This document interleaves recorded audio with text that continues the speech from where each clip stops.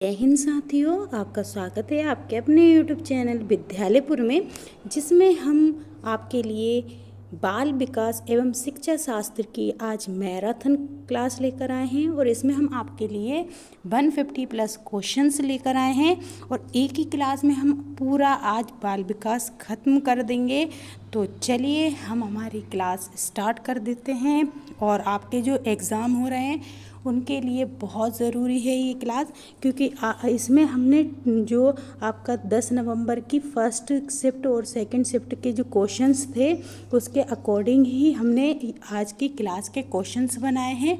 और हमारी जो पिछली क्लासेस थी जिसमें हमने आपको ऑब्जेक्टिव कराए हों या फिर थ्योरी क्लास, उसमें से हमारे क्लास में से बहुत सारे क्वेश्चन जो हैं आपके कल के एग्ज़ाम में, चाहे वो शिफ्ट 1 हो या फिर शिफ्ट सेकंड हो, उसमें दोनों में बहुत सारे क्वेश्चंस हमारी क्लास से आए हैं। तो आप इस क्लास को ज़रूर लीजिए, क्योंकि हमने जो कल की फर्स्ट और सेकंड शिफ्ट के अकॉर्डिंग जो जिस हिसाब से क्वेश्चन बने आए थे हमने उसी हिसाब से इसमें क्वेश्चन रखे हैं 150 क्वेश्चंस।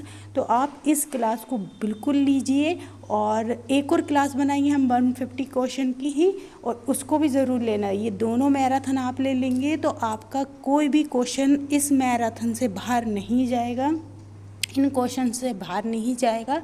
तो आप ज़रूर इस क्लास को पूरा लीजिए और हम आपको जल्दी फटाफट रिवीजन टाइप से करवाएंगे। आपको बिल्कुल भी आपका टाइम नहीं लेंगे, हम क्वेश्चन को जल्दी जल्दी रिवीजन कराएंगे और कोई क्वेश्चन समझाएंगे नहीं, एक्सप्लेन नहीं करवाएंगे, सिर्फ आपको क्वेश्चन लगवाएंगे। तो आप हमारे साथ पूरे क्वेश्चंस लगाइए 150 क्वेश्चंस।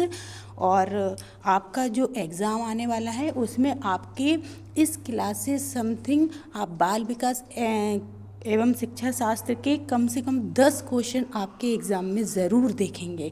तो ज़रूर इस क्लास को लगाइएगा पूरा, ठीक है। चलिए अब हम हमारी क्लास को स्टार्ट कर देते हैं। कोई भी आपसे आपका टाइम नहीं लेंगे।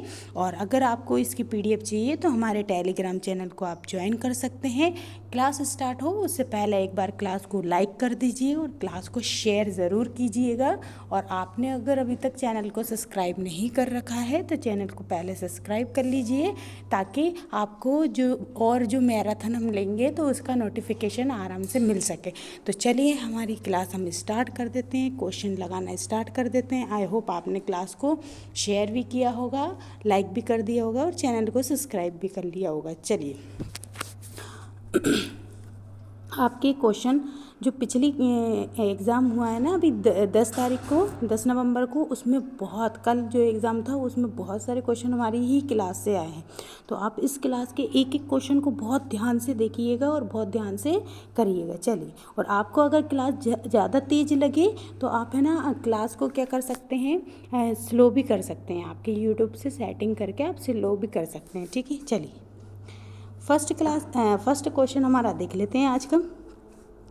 पहला क्वेश्चन है, एक शिक्षक को समाज में सम्मान मिलना चाहिए जब वह एक आदर्श जीवन जीता हो, निष्ठापूर्वक अपनी ड्यूटी करता हो, या फिर प्रभावशाली तरीके से पढ़ाने में सक्षम हो, या ये सभी। तो इसमें से राइट आंसर क्या हो जाएगा? एक शिक्षक को समाज में सम्मान मिलना चाहिए। कब मिलना चाहिए? जब एक आदर्श जीवन जी रहा हो, या निष्ठापूर्वक अपनी ड्यूटी कर रहा हो, या फिर प्रभावशाली तरीके से पढ़ाने में सक्षम हो, या फिर ये सभी। तो इसका राइट आंसर क्या हो जाएगा? सभी गुण जब होंगे तो उस शिक्षक को क्या मिलना चाहिए? समाज में सम्मान मिलना चाहिए। चलिए नेक्स्ट क्वेश्चन देखते हैं। निम्नलिखित में से किसे आप अधिगम की सबसे उचित परिभाषा बोलेंगे? किसकी अधिगम की सबसे उचित परिभाषा इनमें से किसको बोलेंगे? समस्या का हल करना, या फिर विशिष्ट हुनर का विकास करना, आचरण संबंधी प्रवृत्ति का विकास करना, फिर इनमें से कोई नहीं। तो इसका राइट आंसर क्या होगा? अधिगम की सबसे उचित परिभाषा इनमें से कौन सी होगी? तो अधिगम की सबसे उचित परिभाषा इनमें से कोई सी भी नहीं है, ठीक है। इनमें से ना तो समस्या का हल करना अधिगम कहलाता है, ना विशिष्ट हुनर का विकास करना अधिगम कहलाता है, या फिर ना ही आचरण संबंधी प्रवृत्ति का विकास करना, ठीक है। चलिए नेक्स्ट देखते हैं। कोई व्यक्ति एक प्रभावकारी तरीके से एक हुनर कैसे सीखता है ना? कोई भी व्यक्ति है एक प्रभावकारी तरीके से एक हुनर कैसे सीखेगा? अवलोकन करके, सुनकर, पढ़कर, या फिर खुद करके? तो बताइएगा, एक प्रभावकारी तरीके से हुनर मतलब कि एक व्यक्ति है जो प्रभावकारी तरीके से हुनर सीखना चाहता है, वो क्या करे? अवलोकन करे, सुने, या फिर किसी चीज़ को पढ़े या खुद करके देखे। तो इसका राइट आंसर क्या हो जाएगा? वो खुद करके देखेगा तभी वो सीख पाएगा, है ना। सुनकर, पढ़कर या फिर अवलोकन करके नहीं, खुद भी करे उसको। ठीक है, चल नेक्स्ट देखते हैं। वर्णमाला की पहचान किस वर्ष की मतलब किस आयु में होने लगती है? 6 में, 5 में, 5 वर्ष की उम्र में, या फिर 4 वर्ष, या 5, या 6, या 3? बताइए इसका राइट आंसर क्या होगा? तो याद रखिएगा, वर्णमाला की जो पहचान है वो 3 वर्ष की उम्र से होने लगती है। किस वर्ष की उम्र से? 3 वर्ष की उम्र से वर्णमाला की पहचान होने लगती है। ठीक है, चलिए नेक्स्ट देखते हैं कि विद्यार्थियों में सामाजिक विकास विकसित करने हेतु एक अध्यापक को चाहिए कि वह जाने विद्यार्थियों के व्यक्तिगत रुचियों को, या विद्यार्थियों के शारीरिक विकास को, या फिर विद्यार्थी के सभी पक्षों को, या फिर विद्यार्थियों के कार्य का निष्पादन। अगर कोई विद्यार्थी है, वो सामाजिक विकास उसका विकसित करना है किसी टीचर को, तो वो क्या करे? उस बच्चे की व्यक्तिगत रुचि को जाने, या फिर उसके शारीरिक विकास को जाने, या फिर उसके सभी पक्षों को जाने, या फिर कार्य निष्पादन को जाने। बताइए, तो इसका राइट आंसर क्या है कि विद्यार्थी के सभी पक्षों को जानना चाहिए एक टीचर को, है ना, अगर उसका कौन सा सामाजिक विकास करना है तो। ठीक है, चल नेक्स्ट क्वेश्चन देखते हैं। शब्द है आइडेंटिकल एलिमेंट्स। आइडेंटिकल एलिमेंट्स निम्न से गहन संबंध है। इनमें से किससे संबंध है? किसका? आइडेंटिकल एलिमेंट्स का। समान परीक्षा से, या फिर सहयोगियों से, ईर्ष्या या अधिगम स्थानांतरण, या फिर समूह निर्देशन से।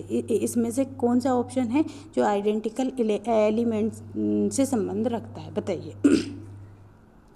चलिए इसका राइट आंसर क्या हो जाएगा? अधिगम स्थानांतरण। अधिगम स्थानांतरण से संबंधित है किसका? आइडेंटिकल एलिमेंट्स का, समान तत्व का। ठीक है, चलिए नेक्स्ट देखते हैं। स्फूर्ति अवस्था कहा जाता है किसको? इनमें से किसको स्फूर्ति अवस्था कहा जाता है? शेषावस्था को, किशोर अवस्था को, प्रौढ़ अवस्था को, या फिर बाल्य अवस्था को? बताइए, आपने पढ़ा होगा ये शेषावस्था 0 से लेकर 6 वर्ष तक की होती है। ठीक है, फिर किशोर अवस्था जो रहता है वो कितने तक होती है? 12 से लेके 18 वर्ष तक की होती है। और बाल अवस्था कहाँ तक होती है? तो बाल अवस्था होती है 7 से लेके वो 12 तक होती है, और बाकी जो 18 से ऊपर है वो प्रौढ़। तो बताइए कौन सी अवस्था स्फूर्ति की अवस्था है? तो इसका राइट आंसर क्या हो जाएगा? जो बाल्य अवस्था होती है वो कौन सी अवस्था होती है? स्फूर्ति की अवस्था होती है। ठीक है, चलिए नेक्स्ट देखते हैं। वातावरण वह बाहरी शक्ति है जो हमें प्रभावित करती है। ये किसने कहा था? मतलब वातावरण एक बाहरी शक्ति है जो हमें प्रभावित करती है। ये किसने कहा? वुडवर्थ ने, रोस ने, या एनास्टोसी ने, या इनमें से कोई नहीं? बताइए इसका राइट आंसर क्या हो जाएगा? इनमें से किसने कहा कि वातावरण एक बाहरी शक्ति है जो हमें प्रभावित करती है? बताइएगा इसका राइट आंसर क्या होगा? तो इसका राइट आंसर है रोस। रोस ने कहा था कि वातावरण एक क्या है? बाहरी शक्ति है जो हमें प्रभावित करती है। चल नेक्स्ट क्वेश्चन देखते हैं। संवेदना ज्ञान की पहली सीढ़ी है, ये कथन किसने कहा? संवेदना ज्ञान की पहली सीढ़ी है, ये किसने कहा? मतलब ये किस टाइप का कथन है? मानसिक विकास से संबंधित, शारीरिक विकास से संबंधित, ध्यान से, या फिर भाषा का विकास से संबंधित है? बताइए, ज्ञान संवेदना ज्ञान की पहली पीढ़ी है, ये मानसिक विकास से संबंधित है, या शारीरिक विकास, या फिर ध्यान के विकास से संबंधित है, या फिर भाषा के विकास? बताइए इसका राइट आंसर क्या हो जाएगा? तो मानसिक विकास से संबंधित है। किससे संबंधित है? ये मानसिक विकास से संबंधित है। हम क्वेश्चन जल्दी जल्दी करवाएंगे क्योंकि थोड़ा स्पीड से है आपका ये, क्योंकि ये क्या चल रही है? प्रैक्टिस क्लास चल रही है ना, तो आपका क्योंकि अभी पेपर भी है, आज का भी पेपर है तो, और अगले पेपर हैं, तो इसलिए हम जल्दी जल्दी इसको करवा रहे हैं। तो आप अगर आपको ज़्यादा तेज़ लग रहा है तो आप स्पीड को क्या कर सकते हैं? थोड़ा सा स्लो कर सकते हैं, नहीं तो हम स्पीड को थोड़ा हाई रखेंगे ताकि जल्दी जल्दी आपका रिवीजन हो सके। ठीक है, चल नेक्स्ट देख लेते हैं। मानव के विकास से संबंध में कौन सा कथन गलत है? मानव के विकास से संबंध में कौन सा कथन मतलब गलत है? गलत को आप याद रखिएगा ना, कि गलत पूछ रहा है कि विकास पुनर्नुमेन होता है, या फिर विकास सामान्य से विशिष्ट की ओर होता है, और विकास रेखीय होता है, या विकास निरंतर होने वाली प्रक्रिया? बताइए इनमें से राइट आंसर क्या है? मानव विकास से संबंधित विकास के संबंध में गलत कथन पूछ रहा है ना। तो देखिए हमने देखा था विकास तो सामान्य से विशिष्ट की ओर होता है, ये तो सही था।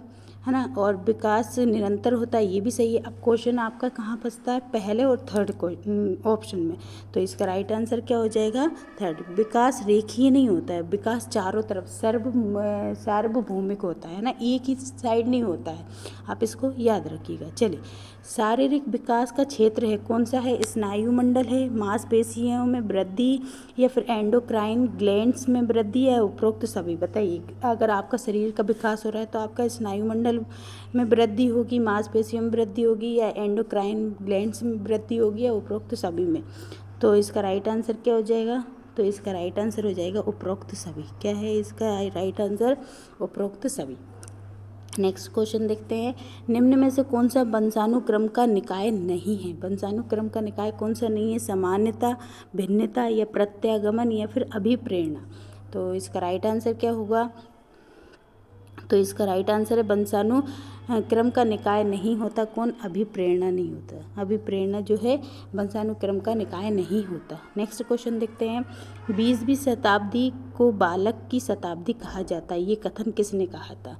20वीं शताब्दी बालक की शताब्दी है, ये कथन किसका है, मुर्रे, या एडलर, या क्रो ने, या फिर जेबी वॉटसन ने। तो ये राइट आंसर किसका है, तो ये राइट आंसर है, इसका राइट आंसर क्या हो जाएगा, क्रो ने कहा था कि 20वीं शताब्दी बालक की शताब्दी होती है। ठीक है, चलिए, इस अवस्था को मिथ्या परिपक्वता का समय भी कहा जाता है। कौन सी अवस्था है जिसको मिथ्या परिपक्वता का समय भी कहा जाता है, शेषावस्था, बाल्यावस्था, किशोर अवस्था, या फिर प्रौढ़ अवस्था। तो इसका राइट आंसर क्या होगा, किस अवस्था को मिथ्या परिपक्वता का समय भी कहा जाएगा। तो इसका राइट आंसर है बाल्यावस्था को। किसको कहा जाता है, बाल्यावस्था को मिथ्या परिपक्वता का समय भी कहा जाता है। नेक्स्ट देखते हैं, शेषावस्था की विशेषता नहीं है, इसमें से शेषावस्था की विशेषता क्या नहीं है, शारीरिक विकास की तीव्रता, दूसरों पर निर्भरता, नैतिकता का होना, या फिर मानसिक विकास में तीव्रता। बताइए, इसमें से क्या आंसर नहीं, मतलब शेषावस्था की विशेषता नहीं है इसमें से, बताइए। शारीरिक विकास की तीव्रता, दूसरों पर निर्भरता, नैतिकता का होना, या फिर मानसिक विकास में तीव्रता। इसमें से राइट आंसर क्या होगा, तो इसका राइट आंसर क्या है, नैतिकता का होना शेषावस्था की विशेषता नहीं है, क्योंकि शेषावस्था 0 से लेकर 6 वर्ष तक की होती है। इसमें क्या अच्छा है क्या बुरा बच्चे को नहीं पता चलता, तो ये इसकी अवस्था नहीं होती। नेक्स्ट देखते हैं, शेषावस्था की मुख्य विशेषता नहीं है, कौन सी नहीं है, सीखने की प्रक्रिया में तीव्रता, जिज्ञासा की प्रवृत्ति, अनुकरण द्वारा सीखने की प्रवृत्ति, या फिर चिंतन की प्रक्रिया। बताइए, इसमें से कौन सी विशेषता जो है, मुख्य विशेषता जो है वो शेषावस्था की नहीं है। तो इसका राइट आंसर क्या हो जाएगा, चिंतन। बच्चे इस अवस्था में चिंतन नहीं कर पाता है ना, कि उसको क्या करना चाहिए, क्या नहीं करना चाहिए। ठीक है, नेक्स्ट देखते हैं, किस मनोवैज्ञानिक के अनुसार विकास एक सतत एवं धीमी प्रक्रिया है। बताइए, विकास सतत एवं धीमी प्रक्रिया है, किसने कहा था, कॉल्सनिक ने, प्याजे ने, स्किनर ने, फिर हरलोक ने। ये तो हमने आपको पहले भी करवा दिया है कि किस मनोवैज्ञानिक ने कहा था कि विकास एक सतत एवं धीमी प्रक्रिया है। बताइए, इसका राइट आंसर क्या हो जाएगा, तो इसका राइट आंसर है हरलोक ने। किसने कहा था, हरलोक ने कहा है। ठीक है, सॉरी, ये हरलोक नहीं, प्याजे का है, ये प्याजे ने बोला था, ये प्याजे का है ये, है ना। प्याजे ने बोला था कि ये जो धीमी प्रक्रिया है और कैसी है, सतत प्रक्रिया है। ठीक है, चलिए नेक्स्ट देखते हैं। नेक्स्ट क्वेश्चन है, बिग व हैट, है ना, बिग व हैट किस अवस्था की विशेषता को सर्वोत्तम रूप से व्यक्त करने वाला एक शब्द है।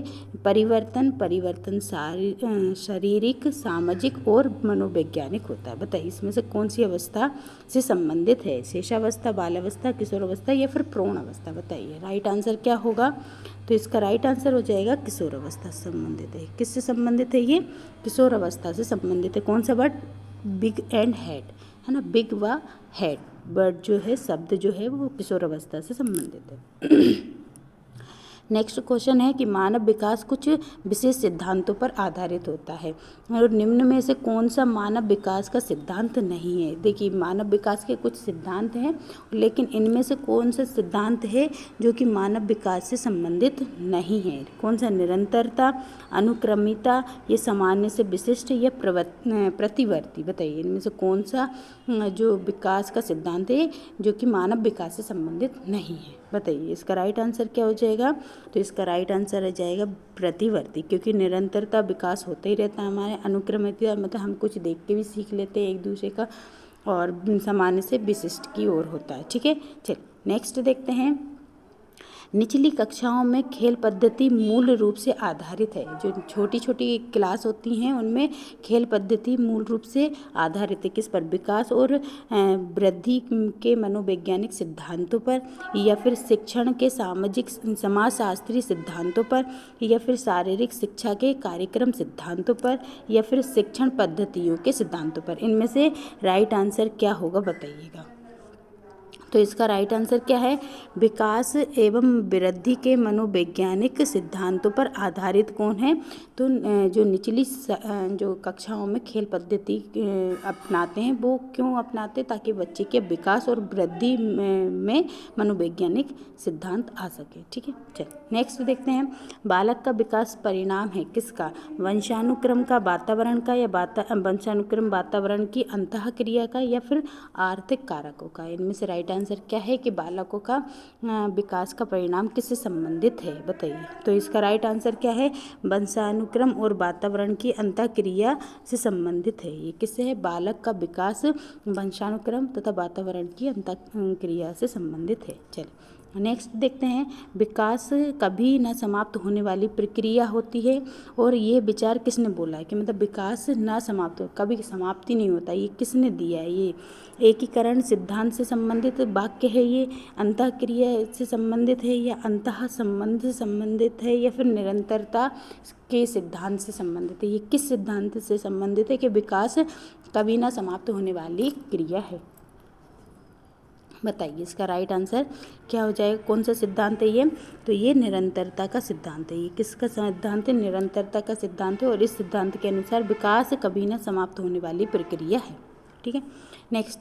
व्यक्तिगत शिक्षार्थी एक दूसरे से भिन्न होते हैं किस आधार पर? वृद्धि एवं विकास के सिद्धांत पर, या विकास की दर के आधार पर, या फिर विकास के क्रम के आधार पर, या विकास की सामान्य क्षमता के आधार पर? किस आधार पर व्यक्तिगत शिक्षार्थी एक दूसरे से अलग होते हैं? बताइए, राइट आंसर क्या हो जाएगा? तो इसका राइट आंसर हो जाएगा विकास के आधार पर। विकास के आधार पर व्यक्तिगत शिक्षार्थी एक दूसरे से क्या होते हैं? अलग होते हैं। ठीक है, नेक्स्ट देखते हैं। नेक्स्ट क्वेश्चन है। लॉरेंस कोहलबर्ग विकास के क्षेत्र में शोध के लिए जाने जाते हैं। मतलब किस विकास के शोध किया है इन्होंने? लॉरेंस कोहलबर्ग जो हैं वो किस क्षेत्र में काम किया है उन्होंने? किस फील्ड में? संज्ञात्मक विकास के क्षेत्र में, या फिर शारीरिक विकास के क्षेत्र में, या गामक विकास के क्षेत्र में, या फिर नैतिक विकास के क्षेत्र में? इनमें से किस में लॉरेंस कोहलबर्ग ने काम किया? बताइए। तो इसका राइट आंसर क्या हो जाएगा? नैतिक विकास के क्षेत्र में। किसमें? नैतिक विकास के क्षेत्र में इन्होंने कार्य किया। नेक्स्ट देखते हैं। मैकडूगल के अनुसार मूल प्रवृत्ति जिज्ञासा का संबंध संवेग कौन सा है? तो भय, घृणा, आश्चर्य, या भूख। इनमें से कौन सा आंसर सही होगा? कि मैकडूगल के अनुसार मूल प्रवृत्ति जिज्ञासा का संबंध संवेग कौन सा है? भय, घृणा, आश्चर्य, या भूख। तो इसका राइट आंसर क्या हो जाएगा? इसका राइट आंसर है आश्चर्य। इसका राइट आंसर क्या हो जाएगा? आश्चर्य। चलिए नेक्स्ट क्वेश्चन देख लेते हैं। एक अध्यापक की दृष्टि में कौन सा कथन सर्वोत्तम है? प्रत्येक बच्चा सीख सकता है, कुछ बच्चे सीख सकते हैं, अधिकतर बच्चे सीख सकते हैं, या बहुत कम बच्चे सीख सकते हैं। तो एक अध्यापक की दृष्टि में इनमें से सबसे सर्वोत्तम कथन कौन सा हो सकता है? बताइएगा। इसका राइट आंसर क्या होगा? प्रत्येक बच्चा सीख सकता है, कुछ बच्चे सीख सकते हैं, अधिकतर बच्चे सीख सकते हैं, या बहुत कम बच्चे सीख सकते हैं? बताइए। तो इसका राइट आंसर क्या हो जाएगा, प्रत्येक बच्चा सीख सकता है। ये कथन जो है एक जो अध्यापक है, टीचर है, उसकी दृष्टि में सबसे अच्छा कथन माना जाएगा। ठीक है, चलिए नेक्स्ट देखते हैं। मनुष्य जीवन का आरंभ मूलतः घटित होता है किससे, दो कोष से, केवल एक कोष से, या कई कोष से, या कोई कोष नहीं होता। तो बताइए मनुष्य का जीवन आरंभ किस मूलतः घटित होता है, बताइए किससे, दो कोष, केवल एक कोष, कई कोष, या कोई कोष नहीं, बताइए। तो इसका राइट आंसर क्या हो जाए, केवल एक कोष। क्या होता है, केवल एक कोष, एक कोशिका से ही चालू होता है मनुष्य का जीवन। ठीक है, नेक्स्ट क्वेश्चन हमारा है, गामक विकास से हमारा तात्पर्य मांसपेशियों के विकास से है। गामक विकास का मतलब क्या है, हमारी मांसपेशियों का विकास होना, तथा पैरों के उचित उपयोग से है। तो इसमें से किसका, और मस्तिष्क और आत्मा से संबंधित भी है, अधिगम और शिक्षा से संबंधित है, या प्रशिक्षण और अधिगम से संबंधित है, या फिर शक्ति और गति से संबंधित है। बताइए इसका मतलब क्या है। गामक विकास है हमारी मांसपेशियों के विकास से, और पैरों के उचित उपयोग, है ना। तो उचित उपयोग पैरों का क्या होगा, मस्तिष्क और आत्मा से संबंधित, अधिगम और शिक्षा से संबंधित, प्रशिक्षण और अधिगम से संबंधित, या शक्ति या फिर और गति से संबंधित। तो इसका राइट आंसर क्या हो जाएगा, तो इसका राइट आंसर है शक्ति और गति, क्योंकि पैर हमारे क्या करते हैं, गति करने का काम ही करते हैं, है ना। नेक्स्ट क्वेश्चन आप क्लास को, अगर अभी तक आपने शेयर नहीं करा है तो क्लास को जल्दी से आप शेयर कर दीजिए। हम आपके लिए बहुत सारे क्वेश्चन लेके आए हैं और बहुत अच्छे क्वेश्चन लेके आए, तो क्लास को शेयर ज़रूर कर दीजिए। और अभी तक आपने क्लास को लाइक नहीं करा तो लाइक ज़रूर कीजिए। ठीक है, चलिए फिर देखते हैं कौन सी अवस्था तक बालक की दृष्टि एवं श्रवण इंद्रियां पूर्ण विकसित हो जाती। कौन सी अवस्था होती है जिसमें बालक की जो दृष्टि और श्रवण इंद्रियां हैं वो पूरी तरीके से विकसित हो जाती। 3 अथवा 4 वर्ष, 6 अथवा 7 वर्ष, 8 अथवा 9 वर्ष, या इनमें से कोई नहीं। बताइए कौन सी अवस्था तक इनकी इंद्रियां पूर्ण, मतलब दृष्टि और श्रवण इंद्रियां पूरी तरीके से विकसित हो जाती है। तो इसका राइट आंसर क्या हो जाएगा, 8 से लेकर 9 वर्ष तक की आयु में। हम नेक्स्ट क्वेश्चन देखते हैं। इस अवस्था में बालकों की नई खोज करने और घूमने की प्रवृत्ति बहुत अधिक बढ़ जाती है। बताइए कौन सी अवस्था है जिसमें बालक को नई खोज करना और घूमने की प्रवृत्ति बढ़ जाती है। शेषावस्था, उत्तर बाल्यावस्था, या फिर किशोरावस्था, या प्रौढ़ावस्था। इसमें से राइट आंसर क्या हो जाएगा, बताइएगा। तो इसका राइट आंसर क्या हो जाएगा, उत्तर बाल्यावस्था। जब बाल्यावस्था खत्म होने वाली होती है उस अवस्था में क्या होता है कि बालक नई नई खोज के लिए घूमने की प्रवृत्ति क्या हो जाती है, उसके अंदर बढ़ जाती है। ठीक है, नेक्स्ट, तर्क, जिज्ञासा और निरीक्षण शक्ति का विकास होता है किस आयु में। तर्क का, जिज्ञासा और निरीक्षण शक्ति का विकास किस आयु में होता है, 7, 11, 9, 6। बताइए कौन सी आयु है जो कि तर्क, जिज्ञासा और निरीक्षण की शक्ति का विकास की आयु है। तो इसका राइट आंसर क्या हो जाएगा, तो इसका राइट आंसर क्या है, इसका राइट आंसर है 11 वर्ष की आयु, जब आपकी बाल्य जो है किशोरावस्था स्टार्ट होने लगती ना तब। ठीक है, ब्रिजेज के अनुसार उत्तेजना भाग है किसका, सामाजिक विकास का, शारीरिक विकास का, संवेग विकास का, या फिर मानसिक विकास का। इसमें से किस विकास का संबंध उत्तेजना से है, बताइए। ब्रिजेज के अनुसार, है ना, ब्रिजेज। तो इसका राइट आंसर क्या हो जाएगा, तो इसका राइट आंसर है संवेगात्मक विकास। कौन से संवेगात्मक विकास का भाग होता है ये। ठीक है, नेक्स्ट है, बुद्धि परीक्षण निर्माण में जन्मदाता है। बुद्धि परीक्षण मतलब कि बुद्धि परीक्षण जो एक प्रक्रिया है, इसको किसने जन्म दिया है, लेवेस्टर ने, फ्रांसिस गाल्टन ने, विलियम स्टर्नर ने, या फिर अल्फ्रेड बिने ने। इनमें से कौन है जो कि बुद्धि परीक्षण निर्माण के जन्मदाता कहे जाते हैं। तो इसका राइट आंसर क्या होगा,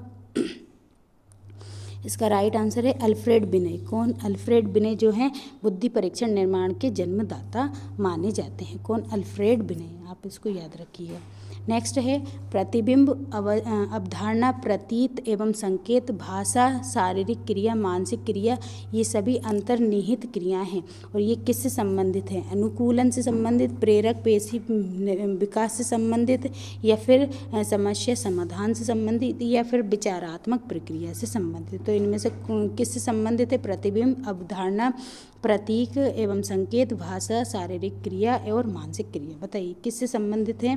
तो इसका राइट आंसर क्या हो जाएगा? विचारात्मक प्रक्रिया से संबंधित है। किससे है? विचारात्मक प्रक्रिया से संबंधित है। नेक्स्ट है, छोटा शिशु खिलौनों तथा अन्य वस्तुओं को फेंककर उसके भागों को अलग अलग करके किस भाव को दर्शाता है? पर निर्भरता या स्वप्रेम की भावना, जिज्ञासा की प्रवृत्ति या दोहराने की प्रवृत्ति। तो इसमें से कौन सा राइट आंसर होगा? जब छोटा सा बच्चा खिलौने को फेंकता है और फिर उसके हर भाग को अलग अलग कर देता है, तो ये किस भाव को दर्शाएगा? पर निर्भरता, स्वप्रेम की भावना या जिज्ञासा प्रवृत्ति या दोहराने की प्रवृत्ति। तो इससे किससे संबंधित है ये क्वेश्चन? तो इसका राइट आंसर क्या हो जाएगा? जिज्ञासा की प्रवृत्ति। किससे संबंधित है? जिज्ञासा की प्रवृत्ति से संबंधित है। ठीक है, नेक्स्ट देखते हैं, शरीर के आकार में वृद्धि होती है क्योंकि शारीरिक और गत्यात्मक विकास है, संवेगात्मक विकास के कारण, संज्ञात्मक विकास के कारण या नैतिक विकास के कारण। इनमें से किस विकास के कारण शरीर के आकार में वृद्धि होती है? बताइए इसका राइट आंसर क्या हो जाएगा? शरीर के आकार में वृद्धि होती है क्यों? शारीरिक और गत्यात्मक विकास के कारण, संवेगात्मक विकास के कारण, संज्ञात्मक विकास के कारण या फिर नैतिक विकास के कारण। तो किस विकास के कारण होती है? तो इसका राइट आंसर क्या हो जाएगा? शारीरिक एवं जो गत्यात्मक विकास है उसके कारण शरीर के आकार में वृद्धि हो जाती है। ठीक है, नेक्स्ट है, निम्नलिखित में से कौन समस्या समाधान की वैज्ञानिक पद्धति का पहला चरण है? मतलब कि समस्या के समाधान की वैज्ञानिक पद्धति का पहला चरण कौन सा है? प्रकल्पना का परीक्षण करना, समस्या के प्रति जागरूकता या प्रासंगिक जानकारी को एकत्र करना या प्रकल्पना का निर्माण करना। इनमें से क्या राइट आंसर हो जाएगा? तो इसका राइट आंसर क्या है? समस्या समाधान की वैज्ञानिक पद्धति का पहला चरण कौन सा है? तो पहला चरण है समस्या के प्रति जागरूकता। ये सबसे पहले तो ये समस्या के प्रति जागरूक होना चाहिए। ये विज्ञान मतलब किसी भी समस्या का समाधान करने की वैज्ञानिक पद्धति का पहला चरण होता है। नेक्स्ट है, बुद्धि का संबंध किससे है? आकार व भार से, केवल आकार से, केवल भार से या इनमें से कोई नहीं। बताइए बुद्धि का संबंध किससे है? आकार व भार से, केवल आकार से, केवल भार से या इनमें से कोई नहीं। तो इसका राइट आंसर क्या हो जाएगा? आकार और भार दोनों से संबंधित है ना। आकार भार दोनों से संबंधित है। किसका? बुद्धि का, सॉरी बुद्धि नहीं, वृद्धि का। नेक्स्ट, किशोर अवस्था की अवधि क्या है? किशोर अवस्था की वैसे अवधि कितनी होती है? 12 से लेके 18 तक, लेकिन इसमें जो ऑप्शन है उसके अकॉर्डिंग आप दीजिएगा, है ना। तो 12 से 19, 10 से लेके 14, 15 से लेके 20 या फिर 20 से लेके 25। कौन सी अवस्था जो है किशोर अवस्था से संबंधित है? तो किशोर अवस्था क्या है? 12 से लेके 19 तक, है ना। कौन सी अवस्था? 12 से लेके 19 तक की अवस्था को क्या बोलते हैं? किशोर अवस्था कहते हैं। नेक्स्ट है, निम्नलिखित में से वंश क्रम संबंधी नियम है। वंश क्रम संबंधी नियम कौन सा है? बताइए। प्रयासों का नियम, सीखने का नियम, समानता का नियम या स्वास्थ्य का नियम। बताइए इसमें से कौन सा नियम जो है वो वंश क्रम से संबंधित नियम है? प्रयास करना, सीखने के नियम, समानता का नियम या स्वास्थ्य का नियम। तो इसमें आ जाएगा क्या? समानता का नियम। समानता का नियम जो होता है वो किससे संबंधित है? वंश क्रम संबंधी नियम होता है। ठीक है, नेक्स्ट, वृद्धि एवं विकास में क्या संबंध है? वृद्धि और विकास क्या है? एक दूसरे के विरोधी होते हैं, एक दूसरे के समान होते हैं, एक दूसरे के पूरक हैं या उपरोक्त सभी। बताइए वृद्धि और विकास एक दूसरे के क्या हैं? तो इसमें इसका राइट ऑप्शन क्या हो जाएगा? वृद्धि एवं विकास का संबंध निम्नलिखित में से किससे है?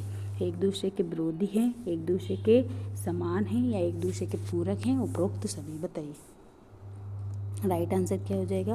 तो इसका राइट आंसर क्या है? एक दूसरे के पूरक हैं, है ना। वृद्धि और साथ साथ चलते हैं, एक दूसरे के पूरक हैं वृद्धि और विकास। ठीक है, चलिए नेक्स्ट देखते हैं। नेक्स्ट क्वेश्चन है, बाल विकास का सही क्रम क्या है? एक बालक के विकास का सही क्रम है। सबसे पहले भ्रूण अवस्था आती है, फिर किशोर आती, फिर बाल अवस्था आती, या फिर पूर्व किशोर अवस्था आती, फिर मध्य किशोर अवस्था आती है, या फिर जो है फिर किशोर अवस्था आती है। तीसरा है बाल्यावस्था आती, किशोर अवस्था आती और भ्रूण अवस्था आती है, या इनमें से कोई नहीं। तो राइट आंसर क्या होगा? बताइए इसका राइट आंसर क्या हो सकता है? इनमें से कौन सा क्रम जो है वो सही आंसर है? बताइए। तो इसका राइट आंसर क्या आ जाएगा? सबसे पहले बाल अवस्था आती है, फिर किशोर अवस्था आती है और फिर कौन सी आती है? प्रौढ़ अवस्था आती है। तो इसका राइट आंसर क्या हो जाएगा? एक बालक के विकास का सही क्रम ये है। ठीक है, नेक्स्ट देखते हैं, विकास में वृद्धि से तात्पर्य क्या है? अगर किसी व्यक्ति का विकास हो रहा है तो उसमें वृद्धि से मतलब क्या है कि ज्ञान में वृद्धि हो रही, संवेग में वृद्धि हो रही, वजन में वृद्धि हो रही, या आकार, सोच, समझ, कौशल सब में वृद्धि हो रही? बताइए इसका राइट आंसर क्या होगा?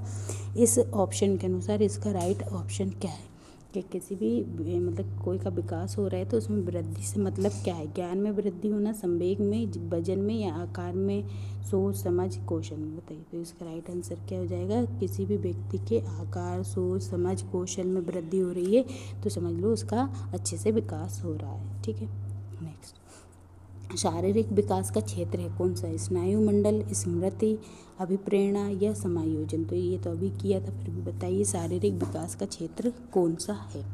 स्नायु मंडल, स्मृति, अभिप्रेरणा या समायोजन? तो इसका राइट आंसर क्या हो जाएगा? इसका राइट आंसर हो जाएगा स्नायु मंडल। स्नायु मंडल जो है शारीरिक विकास से संबंधित है।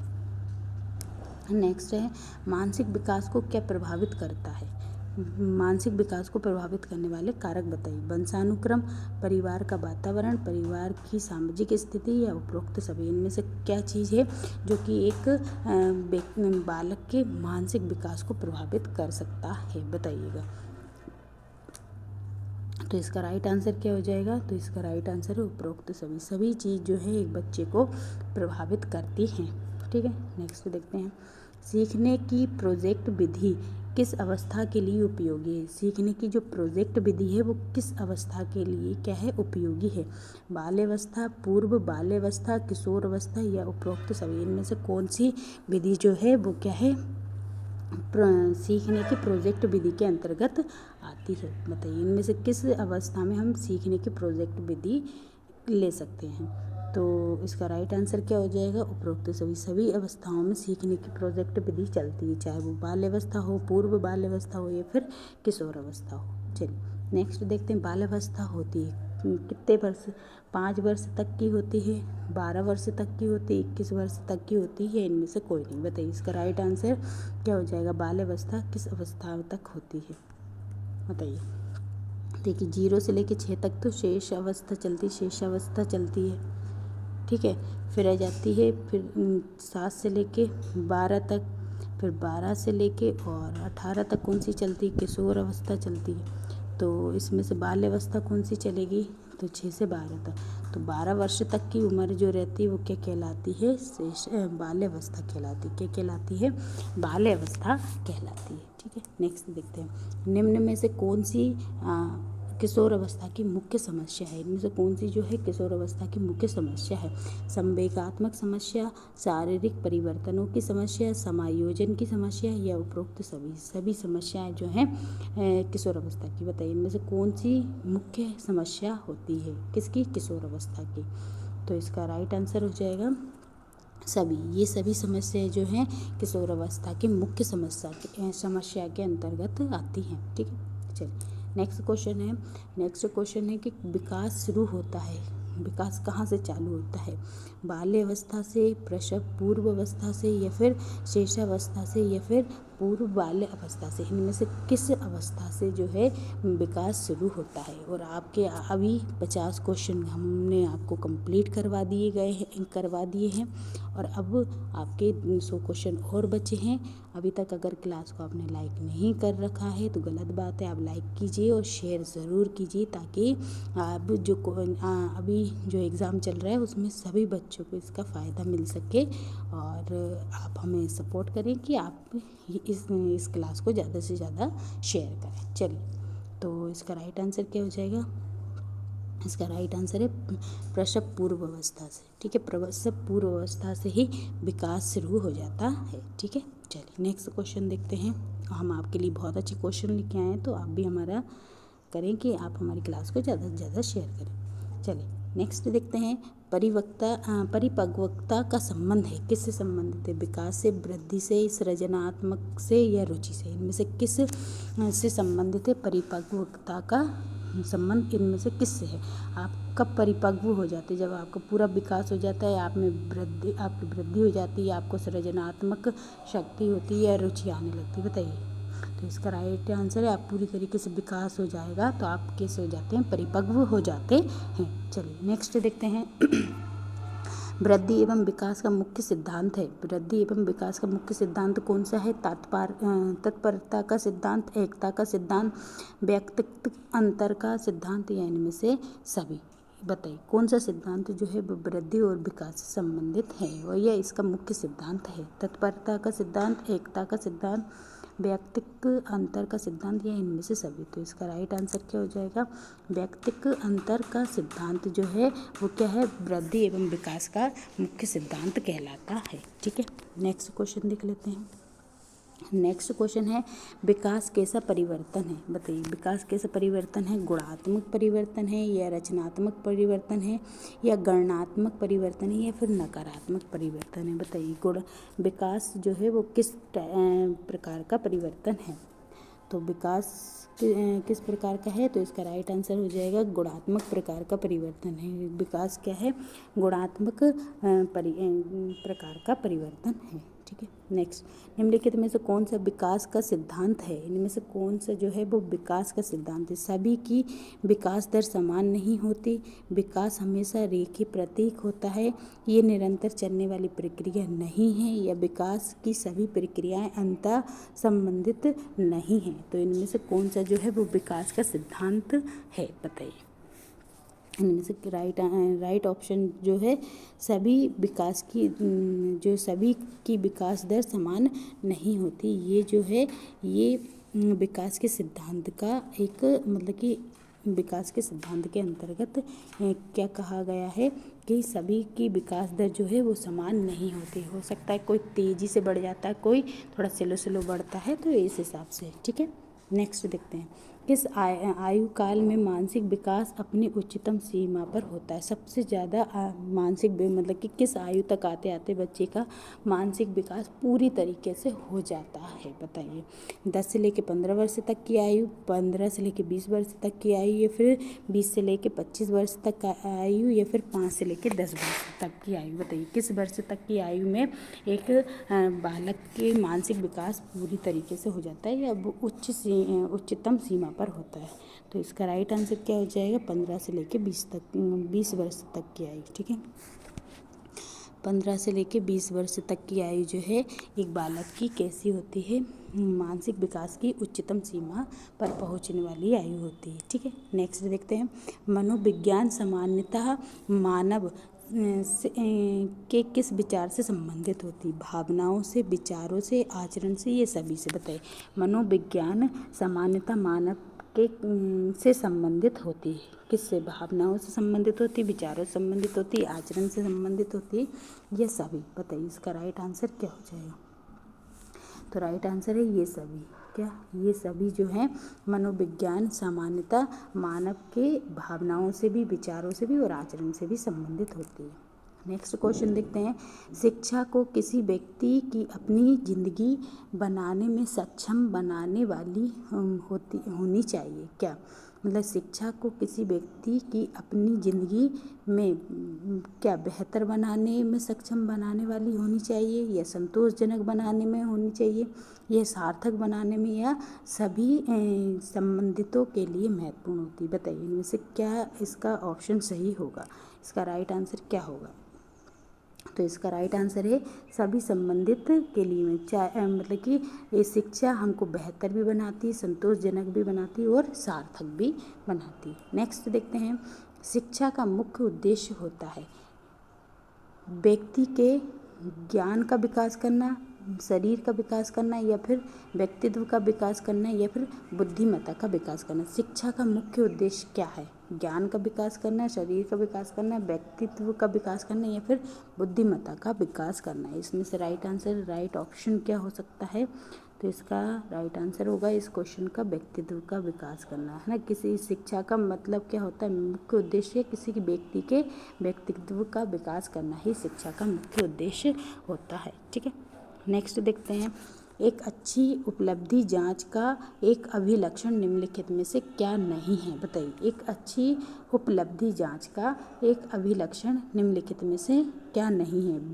विधि मान्यता, विश्वसनीयता या द्व्यर्थकता या वस्तुनिष्ठता। इसमें से क्या जो है अच्छी उपलब्धि जांच का एक अभिलक्षण नहीं है? बताइए। इसमें से राइट आंसर क्या हो जाएगा? तो इसका राइट आंसर है द्व्यर्थता, है ना। ठीक है। नेक्स्ट, बच्चे का पहला शिक्षक कौन होता है? माहौल, शिक्षक, माता पिता, या इनमें से कोई नहीं? बताइए। बच्चे का पहला शिक्षक कौन होगा? ये तो सबसे इजी क्वेश्चन है। बताइए, बच्चे का पहला शिक्षक कौन होगा? माहौल, शिक्षक, माता पिता, या इनमें से कोई नहीं? तो राइट आंसर क्या हो जाता है? माता पिता। ठीक है। चलिए, निम्नलिखित में से किस एक प्रोजेक्ट सहायता सामग्री नहीं माना जाए? देखिए, प्रोजेक्ट सहायता सामग्री इनमें से क्या नहीं है? स्लाइड प्रोजेक्टर या ओवरहेड प्रोजेक्टर, ब्लैक बोर्ड, या फिर एपीडिया स्कोप। बताइए, इसमें से क्या चीज़ है जो एक प्रोजेक्ट सहायता सामग्री में नहीं आती? Slide project, overhead project, black board या फिर एपीडिया स्कोप। बताइए, इनमें से क्या नहीं है? तो इसका राइट आंसर क्या हो जाएगा? Black board. ठीक है। ये प्रोजेक्ट सहायता सामग्री से रिलेट नहीं होता। ठीक है। नेक्स्ट देखते हैं, अनुसंधान से पता चलता है कि सीखने की प्रक्रिया में एक प्रबल चर है, संभवतः योग्यता से भी ज़्यादा महत्वपूर्ण है। बताइए, कौन सा अनुसंधान से पता चलता है कि सीखने की प्रक्रिया में एक प्रबल चर है? क्या उपेक्षा, मतलब महत्वपूर्ण है? सीखने की प्रक्रिया में एक महत्वपूर्ण क्या है? उपेक्षा, अनभिज्ञता, या अभिप्रेरणा, या फिर निरुत्साहन। बताइए, इनमें से राइट आंसर क्या हो जाएगा? तो हमारा राइट ऑप्शन क्या है? अभिप्रेरणा। अभिप्रेरणा जो है, अनुसंधान से पता चलता है कि अभिप्रेरणा जो है,